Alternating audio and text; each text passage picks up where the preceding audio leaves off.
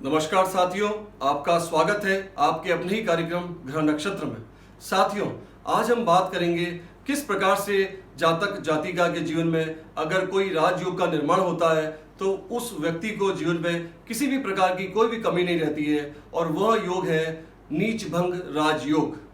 तो दोस्तों, अगर जिस किसी बालक बालिका के जीवन में गुंजन कुंडली में अगर नीच भंग राजयोग का निर्माण हो जाए तो ऐसा व्यक्ति, ऐसे जातक जातिका समय के साथ साथ तरक्की करते हुए, हर एक सुख सुविधाओं को प्राप्त करते हुए, जो भी संघर्ष करते हैं उन संघर्षों पे विजय प्राप्त करते हुए प्रसिद्धि को प्राप्त करते हैं, धन दौलत शौहरत सभी चीजें प्राप्त करते हैं। समय समय पे उनको डेवलपमेंट मिलता रहता है। जो प्रयास करते हैं, जो मेहनत करते हैं, जो प्लानिंग्स करते हैं, जो सपने देखते हैं, जो ख्वाब देखते हैं, उन सभी पर वो विजय प्राप्त करता है और आने वाले समय में वे हर चीज को प्राप्त करते हैं।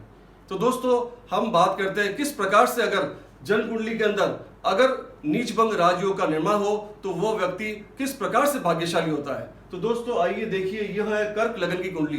कर्क लगन के जो स्वामी बनते हैं वह चंद्रमा, और चंद्रमा मन और मस्तिष्क के स्वामी होते हैं। तो चंद्रमा बलवान होने से लग्न भाव के अंदर तो मन और मस्तिष्क उसका बलवान हुआ, अच्छी सोच समझ के साथ जीवन में आगे बढ़ते हैं। आदमी चंचल प्रभाव का होता है, हर एक काम उसी वक्त करने के लिए वह तत्पर रहते हैं, किसी काम को भी वह छोड़ते नहीं है, ये आलस्य कभी उनमें होता नहीं है, ऐसे जातक जातिका की कुंडली में। तो दोस्तों, यहाँ पे अगर कर्क लगन की कुंडली में अगर सूर्य, जो कि मैं बतलाने जा रहा हूं आपको नीच भंग राजयोग का निर्माण कैसे होता है, वह जानकारी आप लीजिए। सूर्य अगर नीच के होकर के किसी भी भाव में बैठ जाए, यहाँ पे चतुर्थ भाव में सूर्य नीच के होकर के बैठे हुए हैं, और जिस भाव में बैठे हुए हैं, जैसे कि 7 नंबर है, 7 नंबर की राशि है तुला राशि, तुला राशि के स्वामी बनते शुक्र, वह शुक्र यहाँ पे आके केंद्र में विराजमान हो गए हैं। तो जिस किसी राशि में, जिस किसी भाव में जाके कोई ग्रह बैठेगा, उसके स्वामी अगर केंद्र में जाके विराजमान हो जाए तो वह नीच भंग राजयोग पूर्ण होता है। और ऐसे जातक जातिकाएं समय के साथ साथ हर एक चीज को प्राप्त करते हुए, हर एक जीवन में उन्नति को प्राप्त करते हुए आगे बढ़ते हैं। तो यहाँ पे आप देखिए, अगर चतुर्थ भाव है माता, भूमि और सुख, तो चतुर्थ भाव की वृद्धि की, चतुर्थ भाव में जो भी चीजें होती है सुख की वृद्धि की, ऐसे व्यक्ति कर्म करने वाले होते हैं। क्योंकि सूर्य, मान लीजिए यहाँ सूर्य बैठे हुए, सूर्य नीच के होकर बैठे हुए, लेकिन नीच भंग राजयोग का निर्माण किया, इसीलिए चतुर्थ भाव के जो भी उसको फायदा है पूरा पूरा मिलेगा। सुख का उसको फायदा मिला, जीवन में सुख मिला उसको, माता का पूरा पूरा सहयोग मिला, माता का आशीर्वाद लिए बिना वो कुछ काम नहीं करता है। तो माता का आशीर्वाद प्राप्त हुआ, और माता के आशीर्वाद को प्राप्त करके जीवन में सभी सुख और सुविधाओं को प्राप्त करता है और प्रसिद्धि को प्राप्त करता है। यहाँ पे देखिए, जिस भाव में बैठे हुए उसकी जो राशि बनती है वह शुक्र यहाँ आकर के सप्तम भाव में विराजमान हो गई, और सप्तम भाव है रोजगार का, दाम्पत्य जीवन का, पति पत्नी का। तो यहाँ पे मेहनत करके सुख को प्राप्त करता है, यहाँ पे आके रोजगार की प्राप्ति की, और साथ ही साथ दाम्पत्य जीवन को मजबूत किया। आप देखिए, यहाँ पे सूर्य, यहाँ पे सप्तम भाव, चतुर्थ भाव सप्तम भाव को पूर्ण किया, और सूर्य जिस राशि में, यह आप देखिए सिंह राशि, और सिंह राशि के स्वामी बनते सूर्य।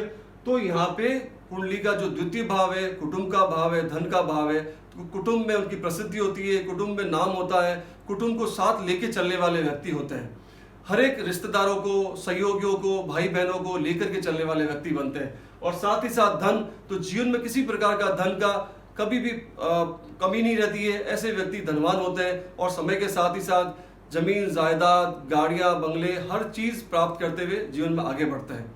तो दोस्तों, आपने जाना किस प्रकार से कुंडलियों में अलग अलग तरीके के राजयोग होते हैं, अलग अलग तरीके के योग होते हैं। इस कुंडली में नीच भंग राजयोग का निर्माण हुआ। आपकी कुंडली में भी अगर किसी भी प्रकार का कोई भी योग का निर्माण हो रहा है और आपको मालूम नहीं चल रहा है, इसीलिए आप समय रहते हुए आप अपनी कुंडली का विश्लेषण जरूर करवाइए। क्योंकि जीवन में कई बार ऐसा होता है कि जातक को पता ही नहीं रहता है कि उसमें उसके जीवन में कोई योग बन रहा है, कोई निर्माण हो रहा है, तो वह उसका पूरा पूरा फायदा नहीं उठा पाता है।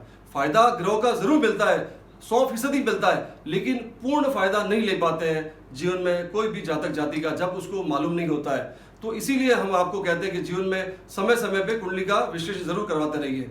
तो दोस्तों, आपके जीवन में भी अगर किसी प्रकार की कोई समस्या आ रही है, ज्योतिषीय समस्या आ रही है, जीवन में समस्या आ रही है, या बिजनेस में समस्या आ रही है, तो आप निसंकोच होकर के मेरे कार्यक्रम में कमेंट के माध्यम से आप अपने प्रश्न भेज सकते हैं। तो दोस्तों, मैं आपकी जो भी परेशानियां हैं उसका पूरा आप निदान करने की पूरी कोशिश करूंगा।